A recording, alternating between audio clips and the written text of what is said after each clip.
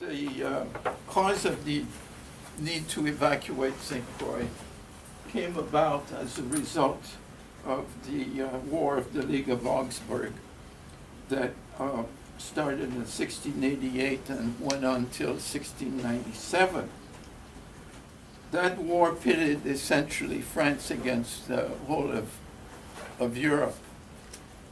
And I'm including Spain, England, the Netherlands, Brandenburg, all the major economic interests in the West Indies were against France. So during that war, one of the first things that happened is that the French took over the English sides of Saint Christophe, St. Kitts. And this was in 89, July. Then about a year later, the French were kicked out by the English, who got their revenge and took over the whole of Saint Christophe again. So after that, Sainte Croix, that was in close trading contact with Saint Christophe, was kind of isolated because it was no longer supplied by Saint Christophe. Now, why did it need to be supplied by another island rather than directly from France? Simply because Sainte Croix at the time had a population of about 1,200. And so its production of sugar was about 1 million pounds.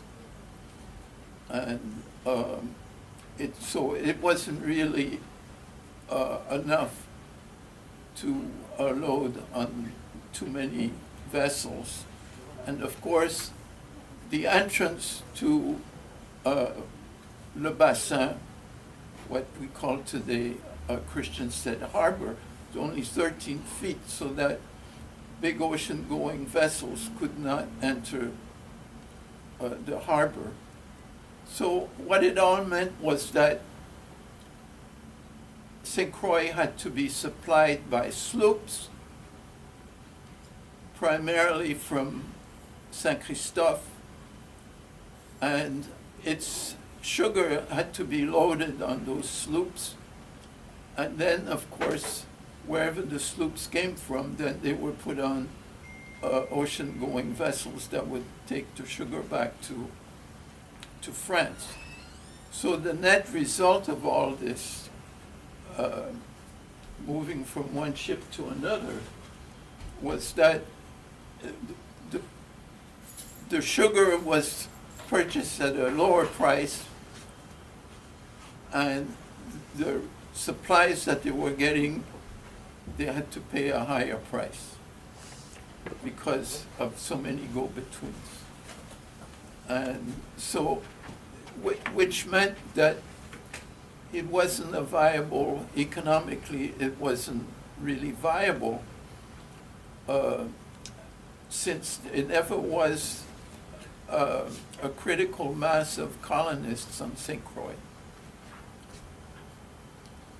And one of the reasons for it is because it had a bad reputation because of many epidemics, fevers, tropical fevers, especially malaria, that would kill, like 1/3 of the population at one time. In fact, Governor Dubois was one of the victims of such an epidemic in 72, 70, 73, 74. At any rate, the fact that there wasn't a deep water harbor, the fact that the island was unsanitary, because it had a lot of stagnant water, lagoons and ponds, that made it very unhealthy because of spreading of various tropical diseases. So those were all against putting too much investment into Sainte Croix. And one of the last things that happened is that Sainte Croix became a kind of a center for smuggling out sugar from the Lesser Antilles, from Martinique and Guadeloupe. They would bring sugar to Sainte Croix, and then from Sainte Croix they would go and sell it in St. Thomas, so that France would lose out doubly. It wouldn't get what it needed for its refineries in France, and secondly, it wouldn't get the export tax that it had, a 1% export tax or weight tax. At any rate, there were complaints from the company that was collecting the taxes that Sainte Croix was used as a major smuggling point, and that France was losing out a lot in revenues. So, of course, the then governor of Saint Domingue was quite aware of that, and of course Blenac, who was the lieutenant general of all the French islands, he was centered in Martinique, and so at the beginning of the war, after the loss of Saint Christophe, Blenac evacuated other islands like Saint Martin, Saint Bart's, and and of course Saint Christopher, Saint Christophe. They were, as much as possible, evacuated to Martinique, which had trouble assimilating all these refugees who were complaining bitterly about in what misery they were in. But of course there was always competition among governors to attract as many settlers as possible. Yet Martinique was pretty well settled by then. There was no free land to be had. But I guess they're always looking for cheap labor. So at any rate, Blenac was the first one to put in a claim wanting to evacuate Sainte Croix because he was in charge of the defense of the French islands, and he felt that he didn't have the wherewithal to do it. Geographically, Sainte Croix was now quite isolated, right between say Guadeloupe and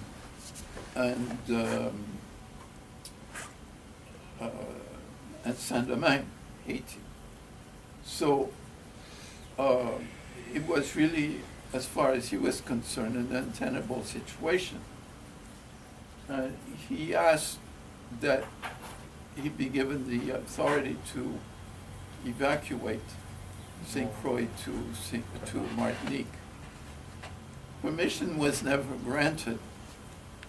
Essentially at the same time, Ducasse, who had just been appointed in '91 as the governor of Saint Domingue, was asking for the same thing.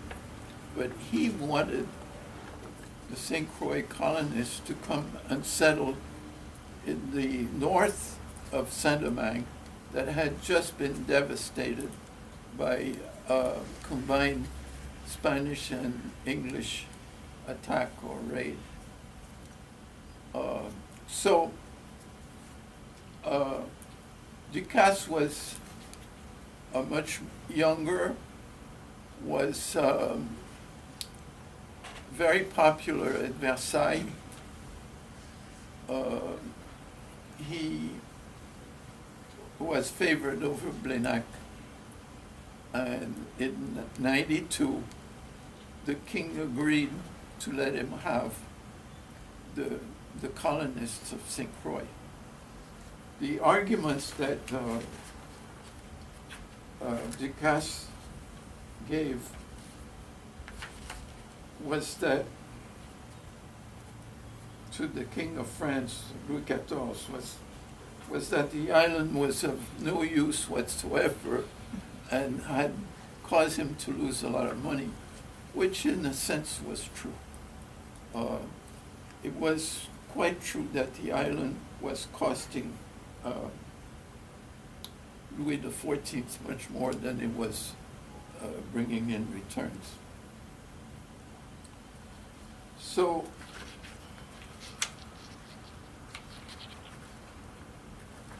but however, the king didn't want it evacuated right away. He asked him to wait for a more favorable time. And I think this was in deference to Blenac, and also in deference to the then governor of Sainte Croix, La Soleil, who was very proud of the fact that he had defeated 3 attempts to have the landings defeated on the West End. One was in April 1690, and the other one, with the other 2, that was, the first one was Dutch, the second one was April 1691. That was English, yeah, and the third one was the Dutch one. All 3 of them. The last one was June 91. So within 1 year, essentially, there had been 3 attempts by the English and the Dutch to take over Sainte Croix. And those 3 attacks were repulsed. And of course, the then Governor La Soleil wanted to take, to be rewarded for his valiant defense of the island. And what he had in mind really was to get the governorship of Saint Domingue. So he was in competition with Ducasse.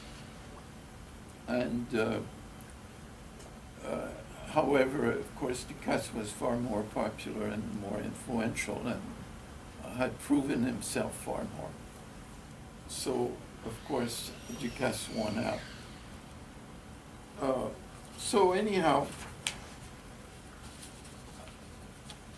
for about, I guess it was almost 3 years, that whole decision was kept quiet. The king gave orders to Ducasse not to tell anyone about that decision.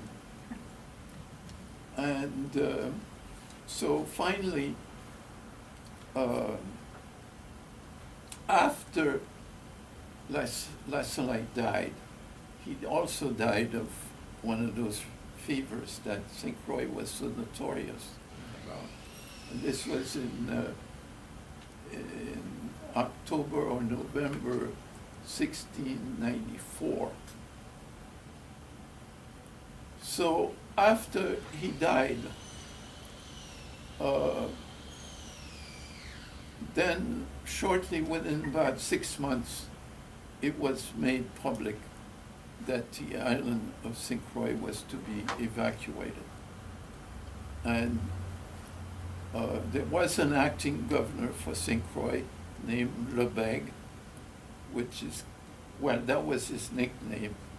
Actually, it was Monsieur Dobègue, but everybody called him Lebègue, the stutterer, beg in French means to stutter. So the stutter sounds funny, but at any rate, he was the major for Martinique, and Blagnac didn't want Sainte Croix to be without some kind of a governor. Didn't want to wait again for Louis XIV to name somebody, so he sent him quickly as acting governor. Of course, he took 6 months to get there, but anyway. He wanted to get paid in advance first before coming to Sainte Croix.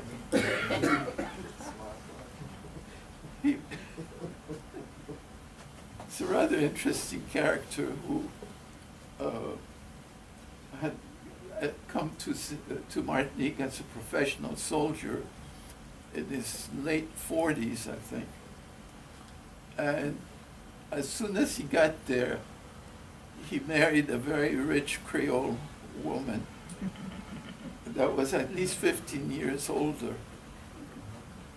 So she had plenty of money to help him with his gambling habit. Anyway, Lebesgue was, he didn't like that appointment too much. He felt that was beneath his dignity.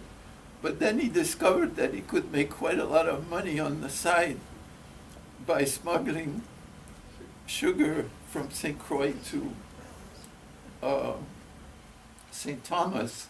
But this time couldn't use the Danish company because the Christians owed so much money to the St. Thomas, to the Danish company, that they wanted to first collect what was owed to them rather than deal with the French from Sainte Croix.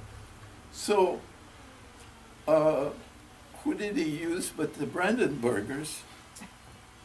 And so Lebesgue made a secret deal with the head of the Brandenburg company.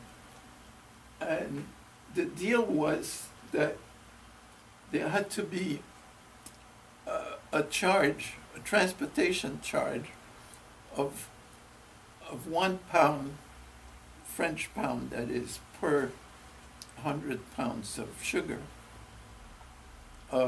Transportation pound, but there was also what he referred to as an extraordinary charge of 1 French pound per 100 pounds of sugar. Now you should know that sugar at the time was worth about 5 French pounds per 100 pounds weight. And so this represented really quite a lowering of the actual price at which the sugar growers could sell their sugar. So 2 pounds of charges per 100 pounds of sugar. And of course they immediately accused the governor, or the acting governor he really was, of pocketing this extraordinary pound charge. And anyway, they had to do that or not be able to sell, period. Were the Esmith brothers the governors at the time? Pardon me? You know, the Esmiths that were governors, were they the governors at the same time? No, I think it was a little later. But at any rate, they were dealing with the Brandenburgers. And the head was Van Bell, the director of the Brandenburg company at the time, was Van Bell. So at any rate, grudgingly they had to satisfy the governor and his greed. And of course the governor then, when he learned of the plans, the administration to evacuate Sainte Croix, tried his best to convince the administration that Sainte Croix was really a worthwhile island, that it shouldn't be abandoned, that he could defend it against anybody. By the way, the Brandenburgers were at war with France. So, I mean, of course, they didn't want that to be known by the administration. So,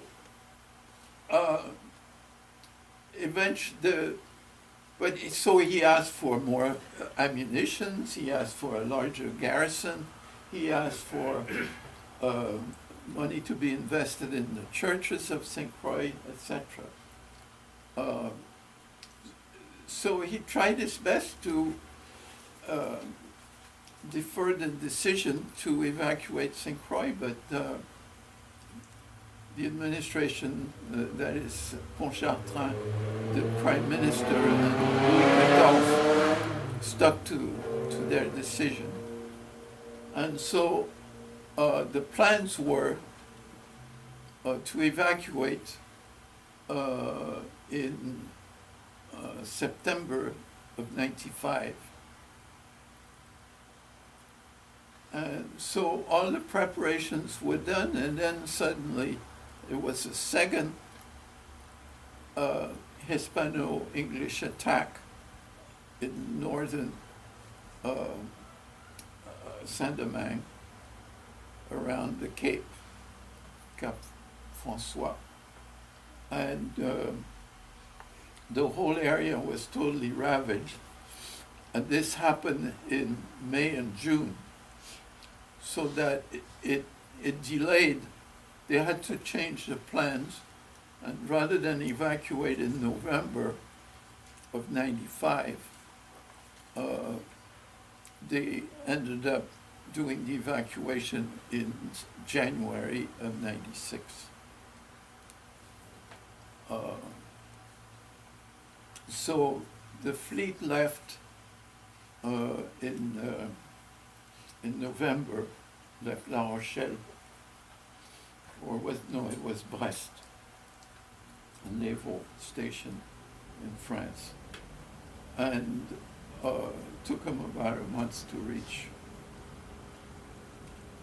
first Guadeloupe and then Sainte Croix, and so they evacuated. And the plan was that all the inhabitants were to be taken with their slaves, their animals, everything, put on board and taken to northern Saint Domingue to resettle the area. And at the time, I guess a lot of French colonists, or inhabitants as they were called, suspected that, France had essentially abandoned Sainte Croix. They hadn't received supply vessels for more than 2 years. So some of them had already left, especially after the 3 attempts to capture Sainte Croix. About 200 inhabitants just took off without authorization, and in those days you couldn't leave the island without getting the governor's permission, whether you were free or whatever. Where did those 200 go? Pardon me? Where did those 200 They went to Saint Domingue, presumably. Okay. Yeah. Where opportunities were better. Saint Domingue was just starting to really boom. It was developing quite rapidly at that level, at that time. And essentially all the small French planters, small inhabitants, especially the tobacco inhabitants, were going to Saint Domingue. This was the last refuge for the tobacco planters. And was there a port in specific that they arrived at? Pardon me? Was there a port on that island that they arrived at? that they arrived at? Yes. No, I don't know that they went to any specific port. It's not known exactly where they went in Saint Domingue. Okay.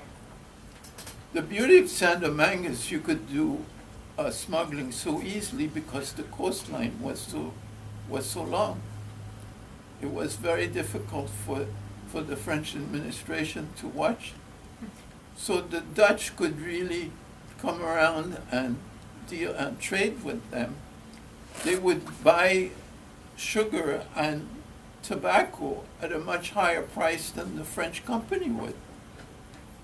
So, and then Saint-Domingue was a refuge for all of the French troublemakers from the Lesser Antilles. The bad debtors.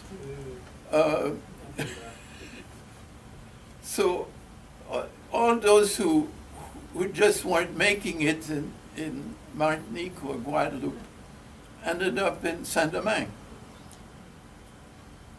There were some left also for Dominique, Le Dominique, but that's another story. So what I'm trying to say is that the French Saint-Domingue or Saint-Domingois was rebellious from the start. It was a rebellious person to begin with. And of course, if you follow the history of Saint-Domingue and Haiti, you can see that things haven't changed at all. At any rate, that's where it all started. And so, for the evacuation in January, of course the big vessels could not enter Christiansted Harbor, Le Bassin. So they had to go to West End, and then they were shuttles of sloops from the Rivière Salée, Salt River, and Le Bassin to the West End to load all the inhabitants, their slaves, and their, well, they didn't have room for the animals. And they had some problems getting too much of their belongings on board without having to, there was complaints that they had to pay bribes to the naval officers in order to get all of their stuff on board. At any rate, they were pretty annoyed because the Sainte Croix French inhabitants, because they had done all of their packing already in August.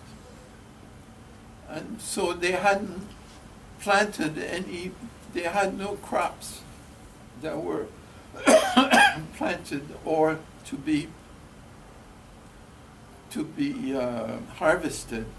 Everything had been destroyed that remained in the ground. And so they had to survive on whatever they had set aside from about August until January. And so there were a lot of complaints that they were starving.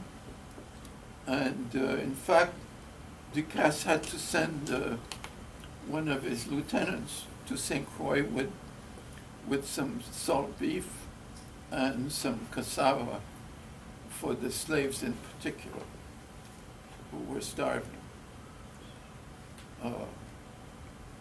So it took about 26 days to load everybody with their belongings, and they went on sailing to, that's 1,200 people, slaves and inhabitants. They went on to, first to the north, straight. And there, the little inhabitants and a few of the more important people were taken off. And the more important people were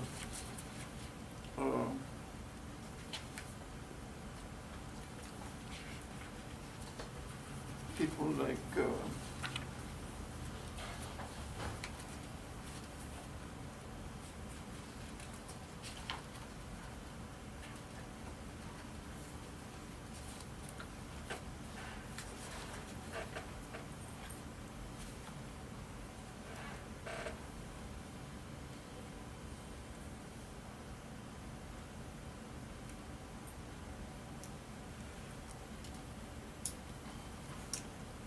yeah, many poor and resourceless Crucian inhabitants had to leave their family behind and become freebooters or privateers, which was the most common way for refugees, so-called degraded inhabitants, to survive and to make out. So they also had among the inhabitants some notorious privateer captains like Captain de Gramont, who was the ex-major of Sainte Croix. They had, who later became the lieutenant of the king at La Tortuga Island.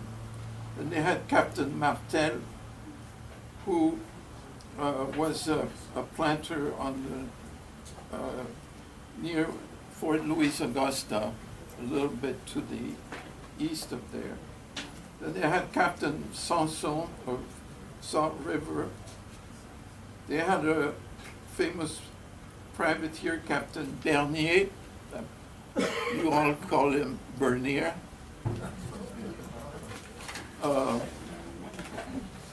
who won a gold medal from Louis XIV for his valor while fighting the English at sea.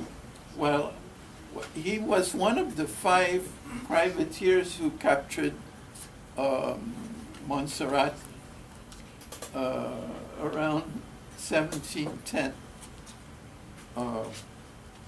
So he was rewarded with a gold medal.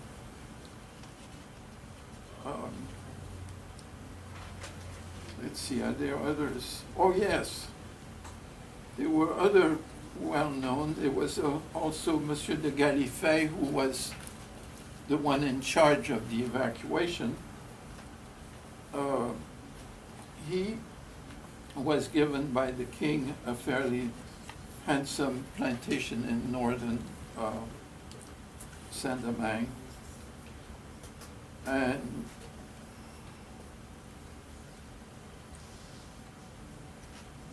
who else? Yeah, Gallifet became embroiled with 2 well-known, or with the widow of a well-known Sainte Croix sugar planter, Madame de Trevegal, who had also gotten a concession next to his, and he tried to encroach on her concession. And she had to protect her 2 sons-in-law, Sieur Sanson, formerly of Rivière-Salée, Salt River, and ex-Captain Dubois de Montfort, who was one of the 2 sons of Governor François Dubois. They unsuccessfully tried to defend her cause, the cause of Madame de Trevegal. And Gallifet defended himself by making disparaging remarks about Madame de Trevegal.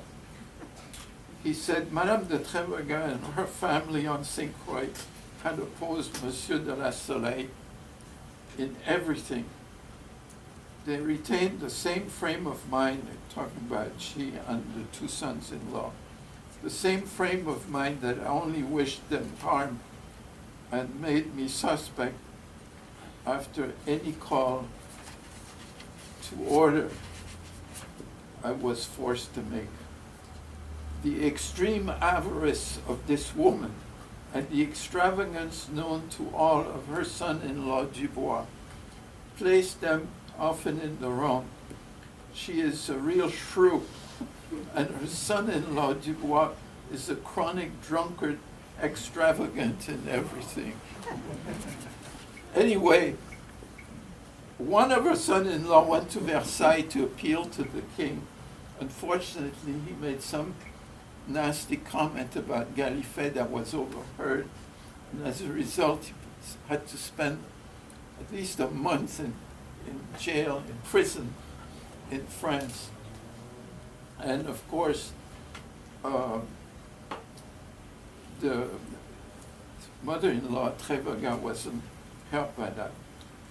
At any rate, the Louis XV, 14th rather, did remonstrate Gallifet for encroaching on a woman's property and told him to use a little more discretion in the future.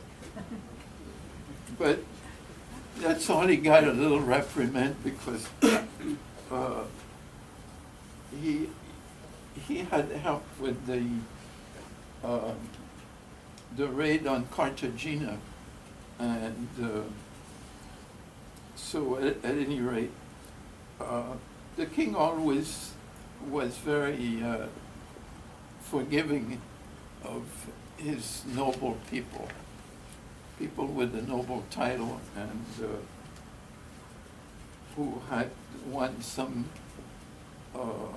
victory during wars, were always kind of allowed a lot of sins. So another one also that came settled in the north with that group of Prussian colonists was Pantaleon Guibert de Breda, who was the Marine lieutenant for Sainte Croix. And he was given a very handsome plantation at the Haut du Cap, which is just a little north of Cape Haitian. And that famous plantation that remained in the hands of his descendants until the Haitian Revolution a century later. And around 1780, who was employed on that plantation but François Dominique Toussaint, who was employed as a coachman on the Breda plantation. He was freed in 1785, and 9 years later, as a revolutionary general, he played a key role in the Haitian Revolution and became better known as Toussaint Louverture. So, as far as Breda himself, he had also a notable career.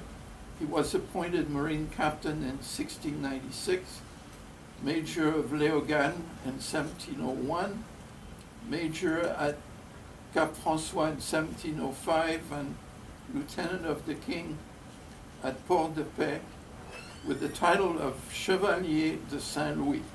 That was a big honor to be Chevalier de Saint-Louis. He was nominated in 1714. He died at the age of 72 on Christmas Day, 1738, on his plantation, which is still in existence and is still called La Plantation Breda. Still in existence. So there were others of note in the northern Saint Domingue. Etienne Imbaud, the son of Elizabeth Margorin and Jacques Imbaud, ex-habitant and militia lieutenant at Rivière-Salée, Salt River. And then François Camuset, the son of the former Sainte Croix prosecutor, who himself became the prosecutor of Cap François, Cape Haitian as you know it, around 1688. He fell in the Battle of Limonade in 1691. That's one of the two attacks by the English and combined English and Spanish raid. So after disembarking a number of former Sainte Croix inhabitants at Cap François, the convoy under Desaugiers' command sailed on south to the port, the small port of Léogane. At the time, Léogane was the capital of Saint Domingue. So this was before Port-au-Prince became the capital.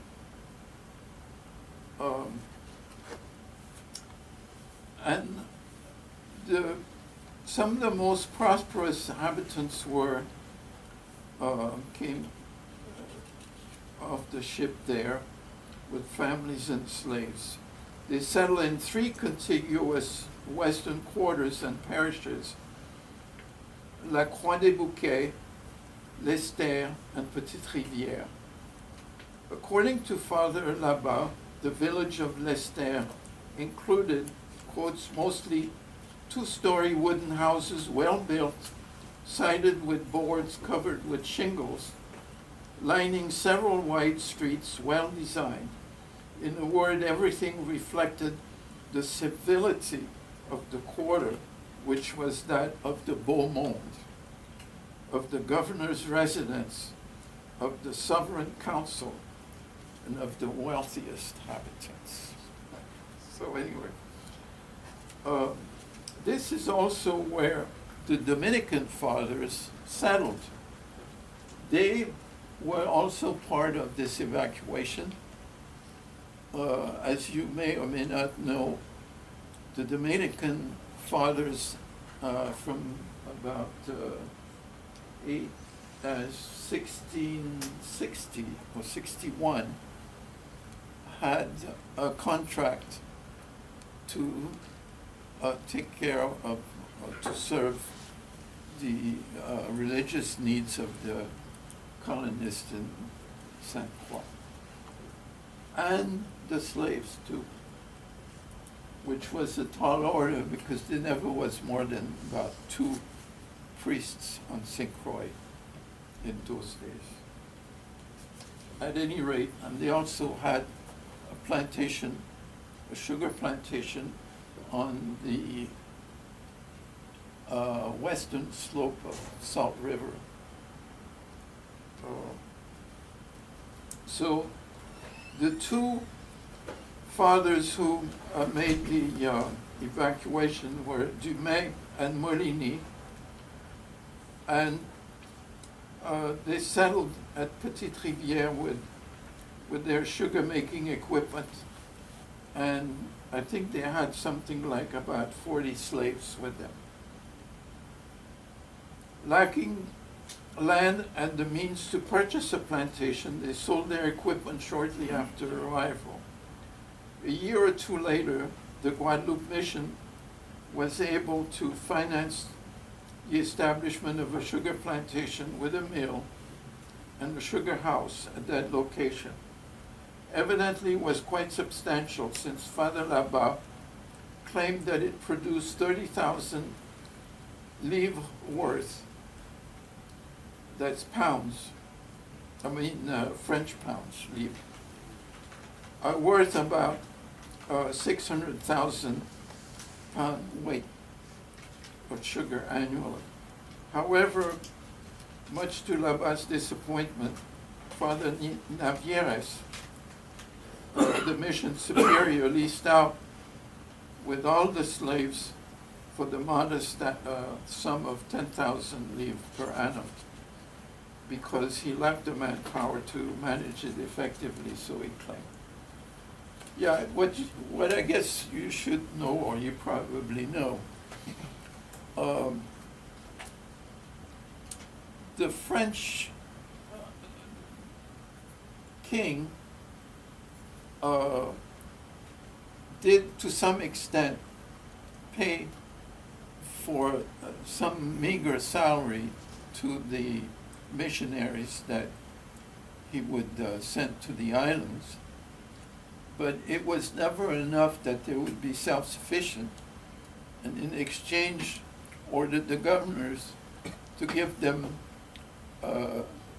land so that they could produce sugar to support themselves. So that's how they were in the business. But sugar production, in essence, they had to do it in order to survive, let's put it that way. In all, 33 prominent Crucian families have been traced to the 4 parishes of La Croix-des-Bouquets, Lester, Petite Rivière, and Léogane. If we can see a table, yeah, let's see that. Sorry. Yeah, this is the first one. Can you show the whole page? Sorry.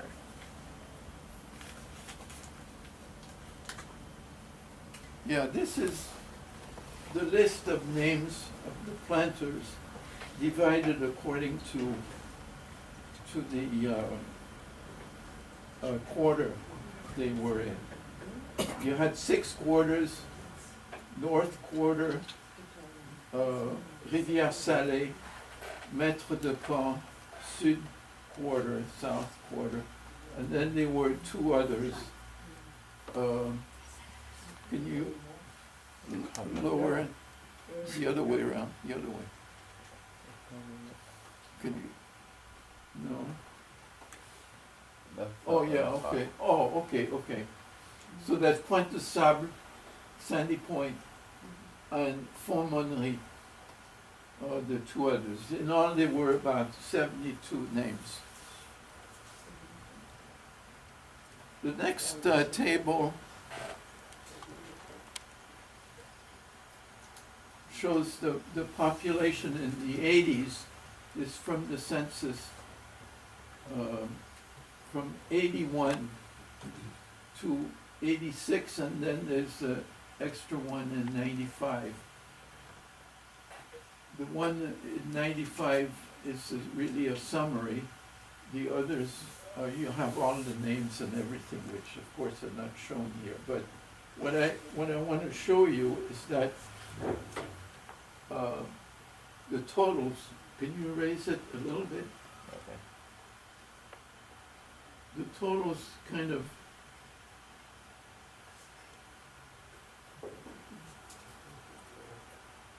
Lower down. free and enslaved, okay. Then go lower. Yeah. Okay, total population at the bottom there. Like 1,230 or something. And at any rate, you can see that it sort of varied between, say, 1,200 and 1,300 or something like that. It was fairly stable, and really, it never went beyond that number. What changed was the ratio of slaves to habitant. Toward the end, you can see that the importance of the sugar industry was coming in, and therefore more slaves were needed for fewer inhabitants than in the days of the tobacco planting, which didn't require that many slaves. So the last year in 95, you see that there's a little more than 1 slave per inhabitant. In other words, 600 slaves about for, about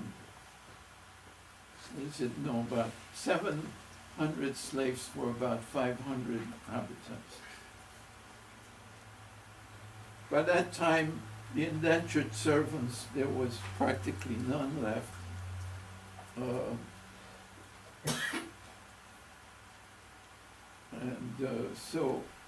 And then, see, in the tobacco days, you had a lot of partnerships of men that associated in pairs or three together to develop a tobacco plantation.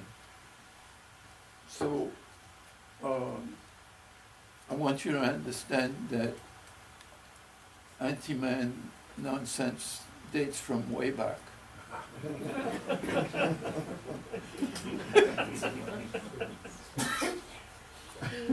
And what is interesting is that these partnerships were legal or legalized by contract, so that if one died, the other one had the rights of survivorship, similar to a marriage.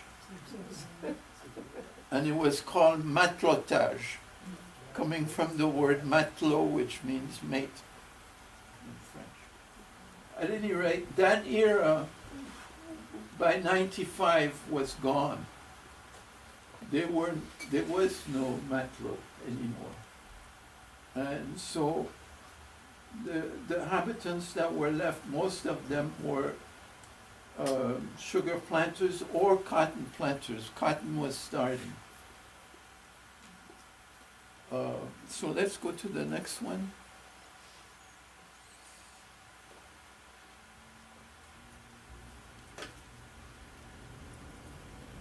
Yeah, this one is to give you an idea of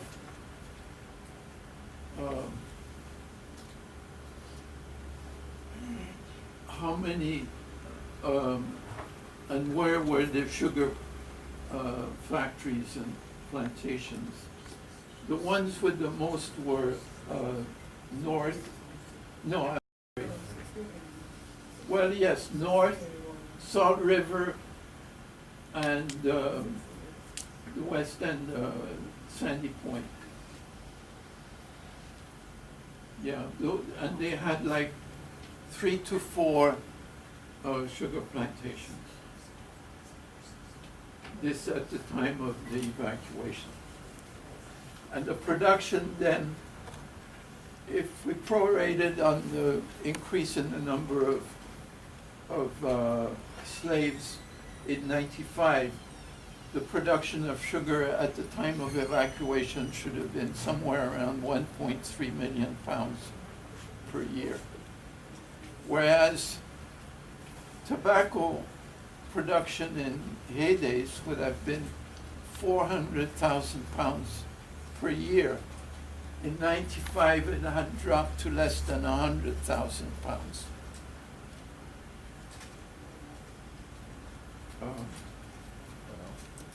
Let's see the last.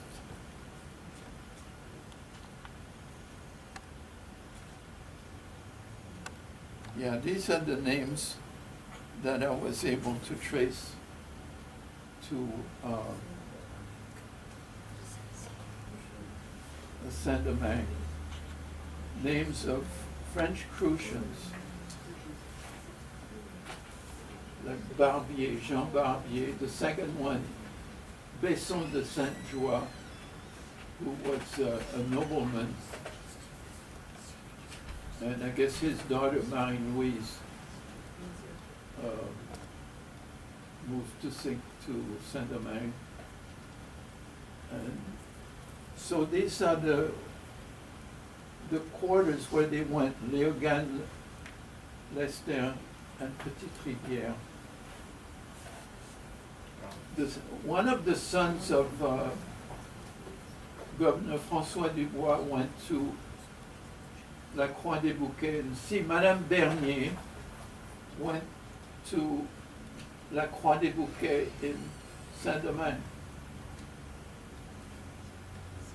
It's interesting that in the tax records of St. Thomas, and I mean really Charlotte Amalia, for 1803 there is And several other years, there's a Madame Bernier listed there. So I don't know how she is related to this Madame Bernier.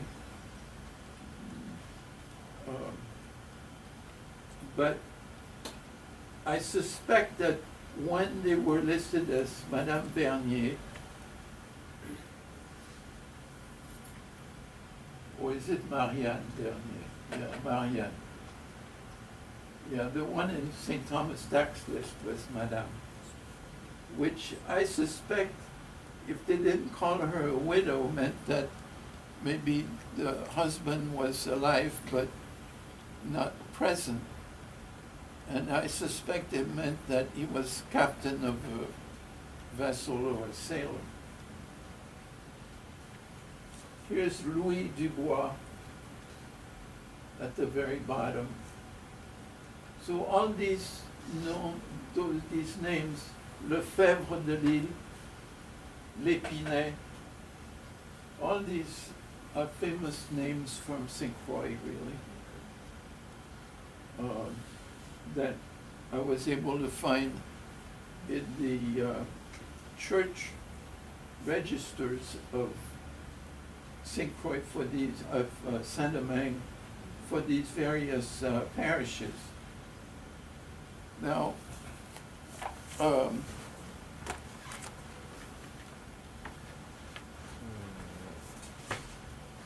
yeah. In this book here, that belongs to the library there, I have been able to list quite a lot of entries for the original register books for Sainte Croix of the church. By the way, the church was where the steeple building is, and was named Notre Dame, and had been taken over by the French in 1650 when they took over Sainte Croix from the Dutch. The Dutch had been the ones to originally build it. And that parish had the register books, which were taken during the evacuation by ship to northern and unloaded at northern Saint Domingue by mistake, and stored in the inhabitants' storeroom that was full of salt, of ocean salt, with very damp, and it ruined the books. So when the Dominican fathers were able to get hold of them sometime later, of course they had gone on further down south to Léogane, to Lestère. And so they needed to be restored. And so whatever they could read, they recopied. But they recopied in the registers of the Saint Domingue parishes. And so there they lay hidden until I got to the archives in Paris, and the lady in charge said to me, when knowing that I was interested, I was studying Sainte Croix, the French and Sainte Croix, she says, you know, there's something that has really puzzled me, that in the Haitian registers, there's a mention of a Sainte Croix parish. And I really don't understand, because there is no such parish in Saint Domingue. So that's when I discovered that it was really Notre Dame of the North Quarter, the parish of Notre Dame in Sainte Croix, where all this had been recopied. So, and of course, I had to use other registers to find the others, but at any rate, it was kind of a real detective story. So I just want to mention that as part of my research on French Sainte Croix, I published a dictionary of the French Crucians that includes about 600 or 700 names, 720, I think. And I was also able to enter in there all the descendants that went to Sainte Croix, to Saint Domingue, that I found in the registers. And the registers have been recopied in here, as well as all the names from either the militia lists or the census lists. And then whenever a name would appear in any kind of a document, governor's reports, etc., I tried to fit it in here. So that's how we have this collection. So over the course of the years, did any of them ever want to return to Sainte Croix? Did they ever Say that return to again? Sainte Croix? Did any of them ever return to Sainte Croix later on? Good question. Apparently not. Apparently not. Father Labarre claims that he visited Sainte Croix in 1701, so that would have been just 5 years later. And he says the island was totally deserted, that already bush had grown over all of the traces that the French might have left. And what did happen was that there was English squatters that came as woodcutters, primarily to get lignum vitae out of Sainte Croix that was very highly prized. Sainte Croix had big stands of lignum vitae throughout. The French developed it quite a bit. In fact, I found several letters from Louis XIV asking for shipments of lignum vitae, so they didn't wait for the English to find it. But lignum vitae was very valuable in those days because it didn't rot. So they could make, they could even make mechanical parts out of it. It was so hard, like clocks, clockworks, pulleys, all kinds of things. Of course, if you use it as picket fence, it wouldn't stay in the ground without ever rotting, etc. So it was quite valuable for the ships also, for key parts that required special strength. I was just kind of curious when you said that the islands, when the people were there, that they were able to put off 3 attempts at takeover with only 1,200 people on the island. Yes. How did they do that? The French are very valiant soldiers. They were pretty meager attempts. I mean, it was not that small. Well, actually, what they did, There was an attempt. the way they got them was by ambush. They dug trenches to surprise, while they were carousing in some plantation and I guess getting drunk on whatever rum they could find there. They laid trenches and to ambush them when they'd come out in the morning. And that was it was quite wooded, and so the French used it to their advantage. And of course they knew the layout better than the invaders.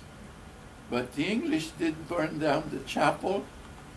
They also spiked the 4 cannons of the battery that was on the west end, presumably where today Fort Fredericks is located. So they did some damage, but they let them stray away too far from their ships, and they ambushed them and took care of them. Aimery, Yeah, all the sugar that they made, they took off the plantation, did they make it into rum there on Sainte Croix, or did they set it up in state to be made? There were two families that made rum. It's interesting you should ask. Yeah? Madame de Trevegat was one of them.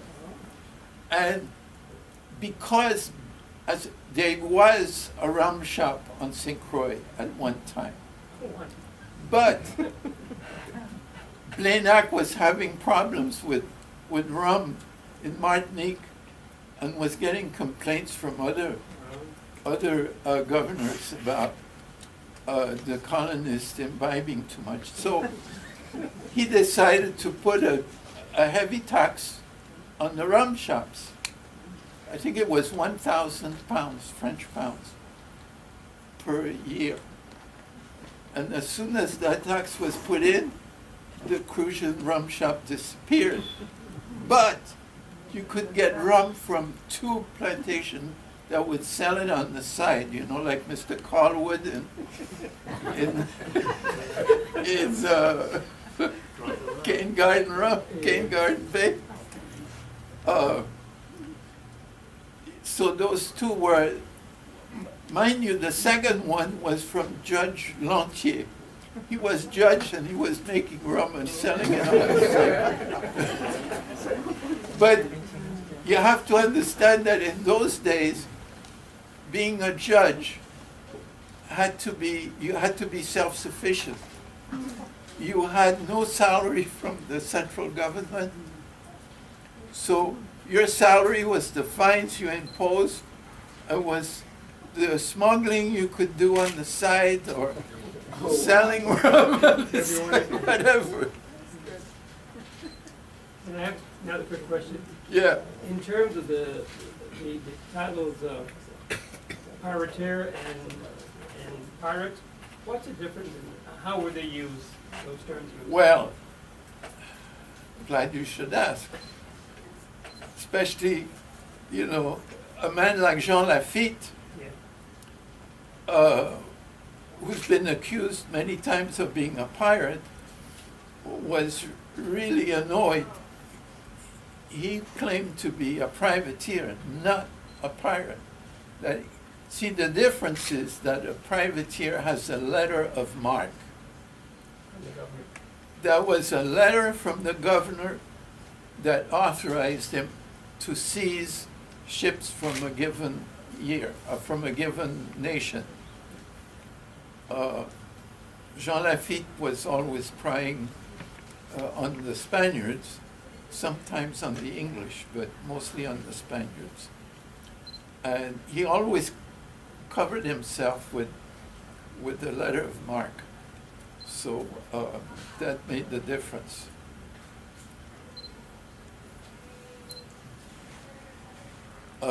Yes? Yeah. Aimery, couple of things. Were there any of the French that refused to be removed? And had some of the French settlers already kind of filtered into the populations or into some of the islands that weren't necessarily already completely settled in that early period in the 1600s? Like this, I noticed that the South Shore of St. John is full of places with French names. You know, on the shore. Well, the North Shore of St. Thomas? Well, and that's the second thing I was going to comment on. Two questions. Number one, did people stay, and were some of the French settlers to some degree already assimilated into the populations of the nearby islands here? And the second thing is that somewhere I recall, and I'm sorry I don't remember what date it was, but when I was going through the early governor's journals for St. Thomas, I remember an entry where there was quite a ruckus about the fact that the French had come and removed some of the settlers from the north side of St. Thomas to take them to Saint Domingue. Saint Domingue? Yes. I believe the Clary family was I one can of tell those. you that the French from Sainte Croix in 1678 attacked St. Thomas and stole about 40 slaves. Well, some of them weren't slaves, some of them were free colors. I don't know exactly what happened to them, but so that was the one attack that was made, and at the time it was an acting governor, de Boisseur, who was really the son of the Martinique governor, and I think that his father had put him into it to try and see if he couldn't get that as the governorship of Sainte Croix as a permanent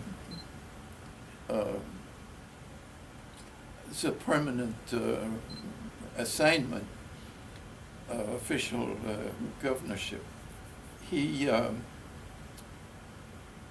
was there for about 2 years. This was 76 to 78, and they didn't get too much. Everybody ran for the hills or locked themselves up in the Bluebeard and Blackbeard, so they couldn't get hold of them. So they looked for sugar producing equipment, but I don't think St. Thomas had much at that time. I think that, but there obviously were some French settlers on. St. Oh, Thomas yeah, that they were removed French settlers, yeah, to Saint especially Domingue. Protestants, French Protestants. Yeah, but these were ones that were actually removed to Saint Domingue from the North Shore. I'll find you the reference. Yeah, okay. So what, you don't know what time that was? I'll have to go look. Yeah. It occurs to me where it's in the right time frame. Yeah, It's in that yeah. mid-1600s. Well, I did find that under Milan, there were a number of disgruntled French settlers on St. Thomas Mhm. that appealed to King Louis XIV to please get them out of there. And they did? Well, they wanted all kinds of inducements. They wanted like eight years without taxes and free relocation to Sainte Croix. And I think the king was only willing to give them 3 years tax abatement. And I'm not sure about the relocation costs. So I don't think that, see, at the same time that all this dickering negotiation was going on, Milan was removed. They put in Heinz to Right. replace him. And Heinz was much more honest and accommodating. So I think they finally decided they weren't going to go to Sainte Croix. I think they decided to stay on St. Thomas. But it was about half Catholics and half Protestants. So it wasn't just the Protestants that were unhappy under French administration. Sainte Croix got a number of Protestant exilees. Mhm. They were forced, totally dispossessed, stripped of all this for just attending church services for Protestants. And it's about 18 of them were sent to Sainte Croix as indentured servants. This was around just after 85, not the Edict of Nantes, but the rescinding of the Edict of Nantes. And within about 2 years, they had all escaped. Somehow they found a way out of Sainte Croix. Yeah, one more question for you. Yeah. Something that's always intrigued me Yeah. is, I did an early history of Cruz Bay recently, and it seems that one of the earliest colonists there under the Danes. I believe he already was there when the Danes took St. John. He's described as someone named Franck Gonçal. And he's Gonçalves? Gonçal, or it's Gonçalves, spelled a lot okay. of different ways. But he's described as a French Spaniard. Now, that's how he's described, right in the tax law rules, okay? It says Franz Gonçalves, he's a mulatto, and he's described as a French Spaniard. Would that be, do you think that would be somebody from the Basque area? It's not a Basque name. Yeah, but it could be Gonzalez or Gonçalves, like a Spanish name, right? Yeah, but Basque is a very separate, different language. Yeah, so that's what I'm. Nobody knows where it came from, you know. Yeah, I had an uncle who found the first 20 numbers to be closest to Japanese in the Basque language. huh. So you have name like Echevest, Eche something, Goye something. I mean, if you've ever been into the Basque country, you can immediately spot a Basque name. And that's not one of them. Yeah. But to follow up on that, wouldn't the fact that he was mulatto imply that he may have been of Yeah, American origin rather than European? exactly, yeah, Of European parents? yeah. That's true, that's true. And we're talking 17. Yeah, well, 18, besides that, 17, you know, yeah. the fact that the Spanish people and the French people are predominantly Catholic, it means that throughout history there's been a lot of mixing of those two, just like with the Irish. So this has happened a lot in the islands. For example, around the turn of the 19th century, the Spanish monarchy was calling for Catholic settlers from anywhere, so long as they pledged allegiance to the King of Spain, and a lot of them came from the French islands. St. Bart's, for example. That's when the Berniers came to Puerto Rico, and there were a whole lot of others too. I think that what is often overlooked by historians is the tremendous influence of the religion in the movement of people and the association of people. And everybody looks at color and they forget about religion. But I think religion is probably stronger than color. Dr. Caron, Yes, what about the name Saint Domingue, Santo Domingo? Saint Domingue. Does that come from the friar, the Dominican friars, or it was there already? Well, the name was originated by the Spaniards. Okay. They use, of course, the Spanish version, Santo Domingo, but the French always use Saint Domingue for their part of it until Dessalines, 1st of January 1804, declared Haiti as an independent country.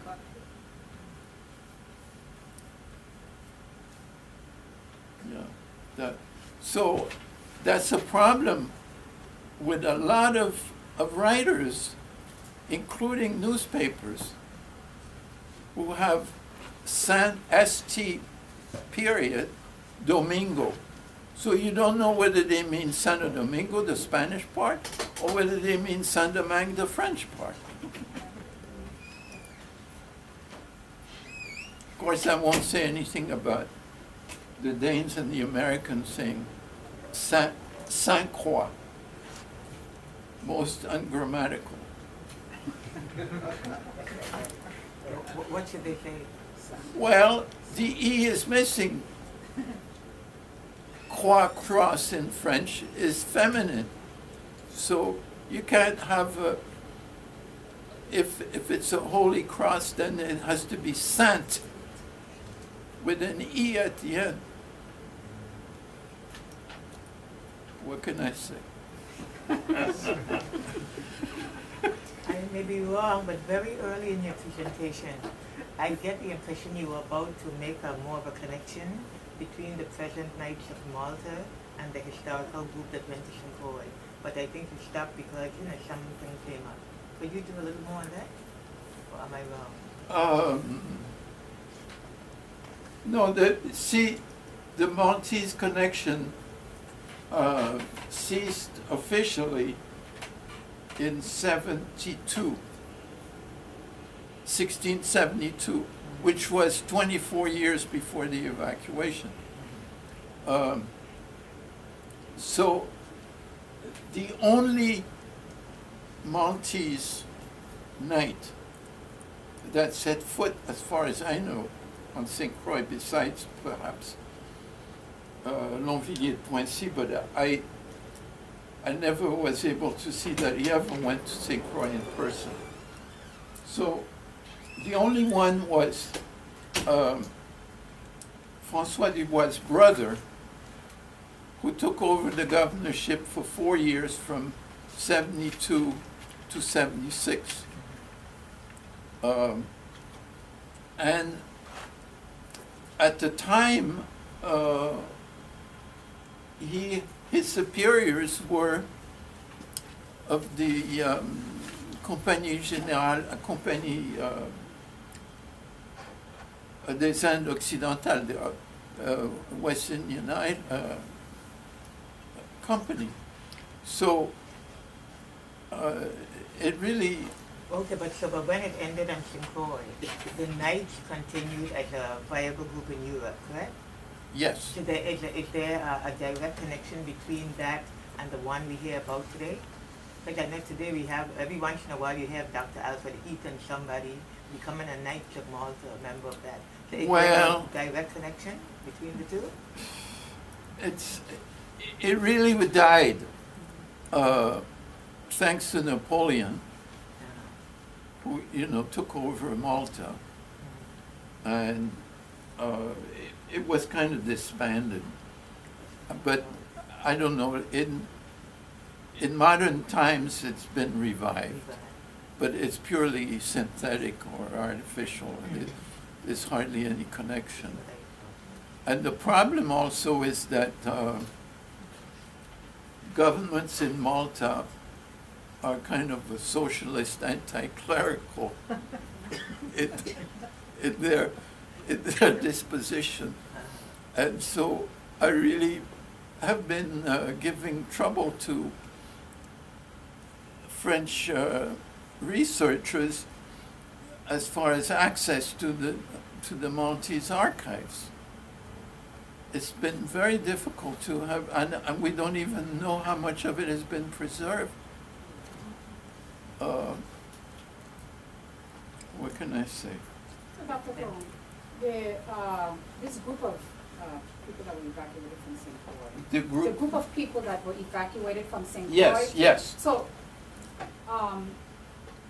there's new to me that there was this group of French people that are part of the Dominican Republic. Their descendants are still there. No, they're part of Haiti. Oh, this is Haiti. Saint Domingue is the past name of Haiti. Okay, so it's Haiti. Okay. Haiti.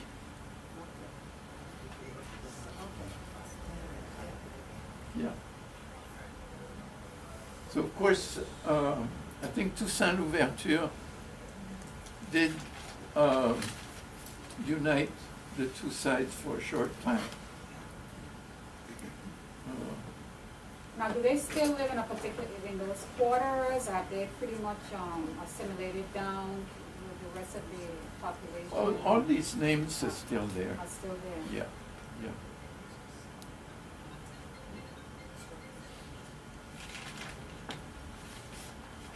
Yeah, the history of of Saint Domingue and Haiti is very, very interesting.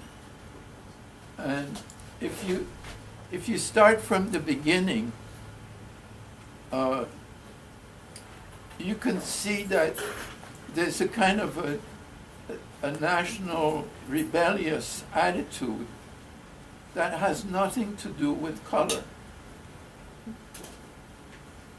It's just the history of the place to fight, period. Whether you're black or white, or in between. You realize that during the revolution in Haiti, you had three groups: the whites, the mulattoes, the blacks. And at any one time, you could have two of these groups against the third one. And it could be any combination. It's crazy.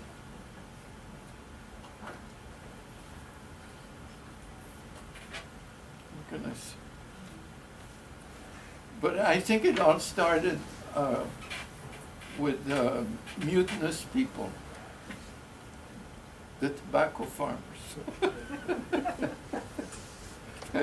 Well, the buccaneers, those that went into the woods and were after wild pigs and cattle, had a very, very rough life in the forest. And you had to be pretty rugged.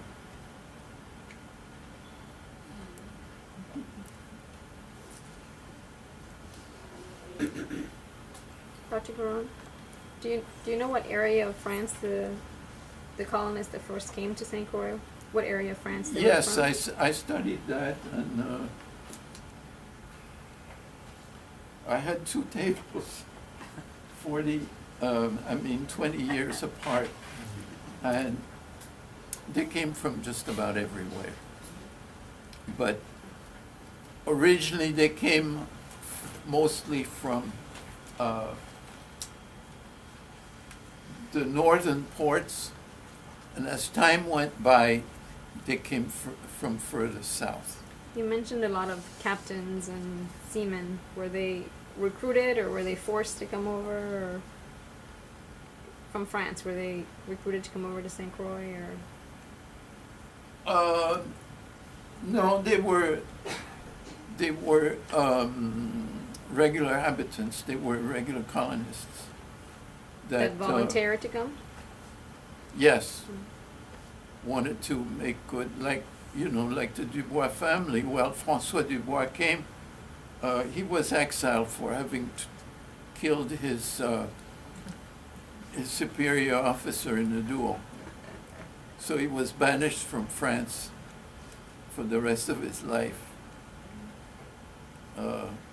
So he died in Sainte Croix.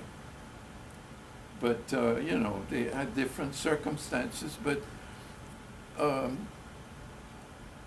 lot of people came to make a quick buck, to try and make lots of money as fast as they could,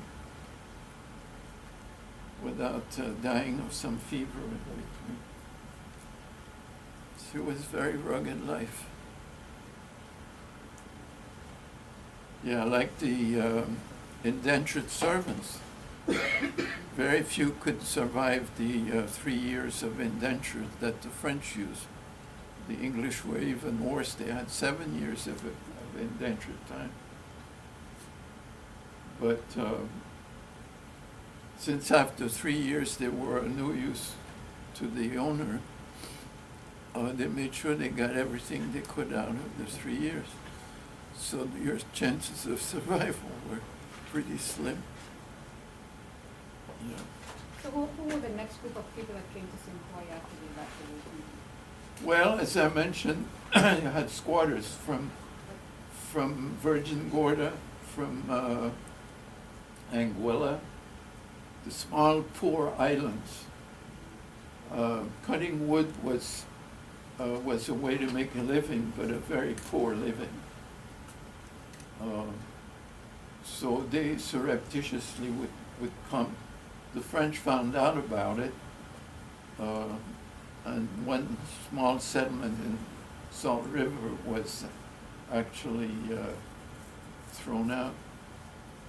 The whole incident in 1727 went up to the king, who then wrote a nasty letter to the King of England at the time, saying that if he wants to keep good relations with his cousin, that he better stay out of French-owned islands.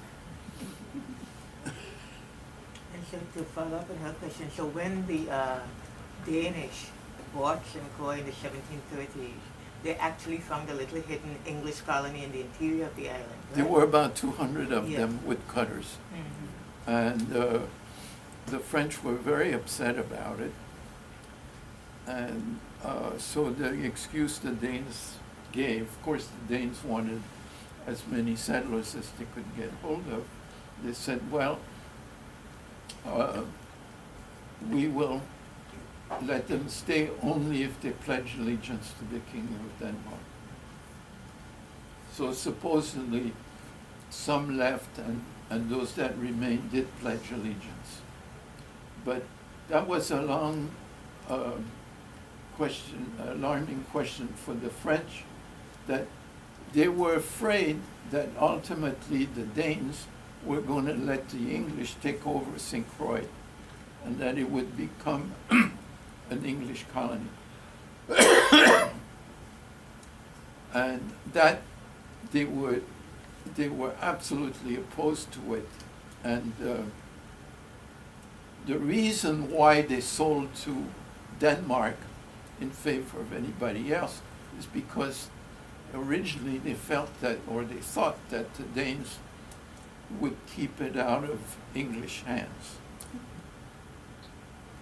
That was the whole part of the purpose, besides getting money.